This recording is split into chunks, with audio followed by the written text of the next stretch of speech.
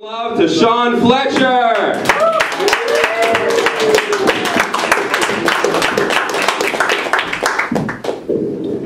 You probably can't see me.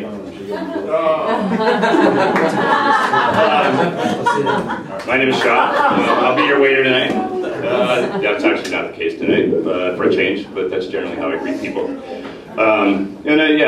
Being a waiter it's pretty interesting. You really get to see a side of humanity that, well, you probably really don't want to. But the thing that's fascinated me lately is that everybody's got to photograph their food. Nobody will put anything in their mouth now without taking a picture of it first. It's totally annoying. And these people are on a date. You know, they should be staring lovingly into each other's eyes. They should be like, you know, drooling over each other. And no, I bring out the food, and it's like, no, fun. You know, it's like, it's ridiculous to me. And I'm thinking, you know, as this date progresses, these people go home and they start getting busy. I mean, do they pull out the phone before they go down on each other?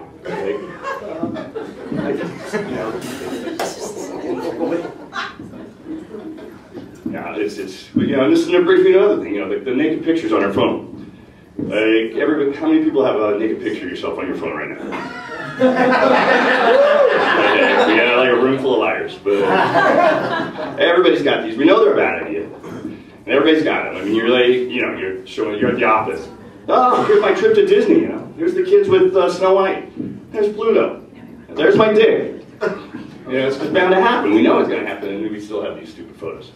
And there was a story that I saw this on the news the other day. This woman, she has a problem with her phone. She takes it in to get it fixed.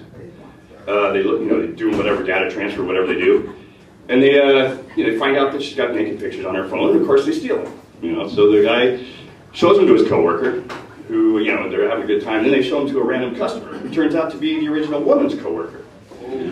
Yeah, so now they're under arrest. But the really weird part of the story is, this woman had 46 naked pictures of herself on her phone. I mean, who needs 46 naked pictures of yourself? I mean, I'm imagining this, like, you know, America's Next Top Model portfolio for her vagina, or that maybe she's like, you know, some kind of, you know, appealing to a fetishist or something. She's taking photos from I don't know where.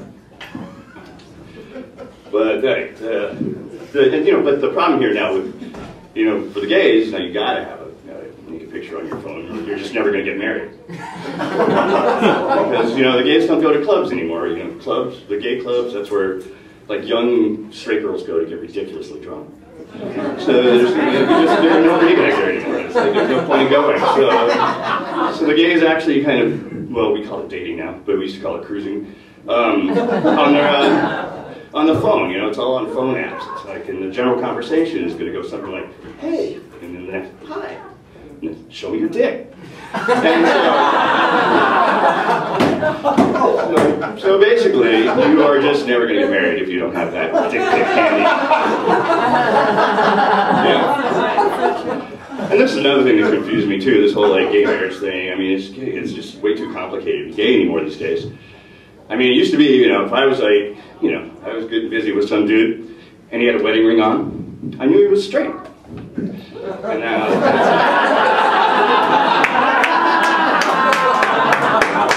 but I should back up a little bit.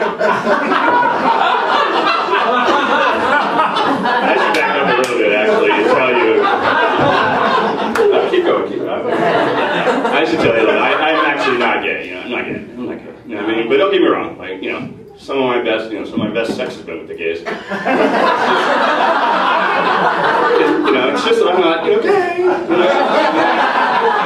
It's the word I hate, you know? Basically, you're breaking the world down into, you know, heterosexual and happy. And believe me, plenty of the gays aren't happy either. But,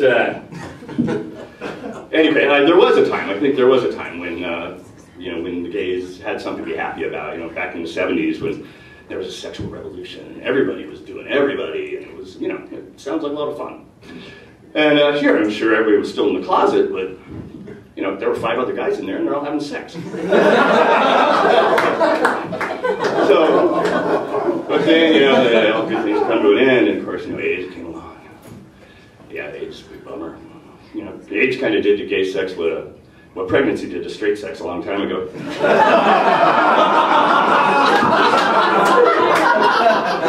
Just sort of ruined it. You know? And I saw this thing the other day on the news, like, it totally amazed me. There's this group of people that claim to be like completely asexual. Like no desire for any gender, and I think what we have about 12, 15 genders out there now. But they have absolutely no desire for any of them. And I was thinking to myself, well, if that were me, I would get so much done. But at the same time, like, why? Why would you do anything? I mean, basically, pretty much everything you do, you're doing to get laid. Ultimately, when you think about it, when you boil it right down to the basic, bottom line, that's really the goal. But I would love it if I could actually, find that place where you're asexual. I could finally break up with my boyfriend, because. But I don't know why I shouldn't. It's a perfect match, we're like sexually compatible, which is one of those things that's really the most difficult thing to nail. Always in the mood at the same time, willing to try new things, do some different stuff. You may even know the guy's name is Porn. But,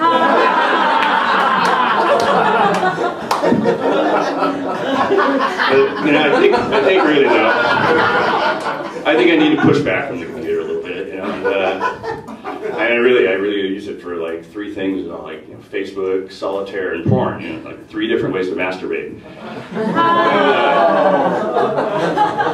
And it's time to push back from that. I think I need to get some more like real human contact, some intimacy. Develop a real relationship. I need to start buying hookers. I think that's the answer to that one. But I'm going to leave you with 2 pieces of advice here, because you may not, looking at me, you may not know this, but I get laid a lot, actually. I really don't spend that much time on porn. I get laid quite a bit. And I expected more of a laugh for that. But I'll tell you how. I have 2 secret rules, and these are the rules that you're going to use to get laid constantly, right? Rule number 1 is that you have got to have standards. Flat out, start off. You gotta have standards, right? And then rule number 2, those standards, they should be really, really low.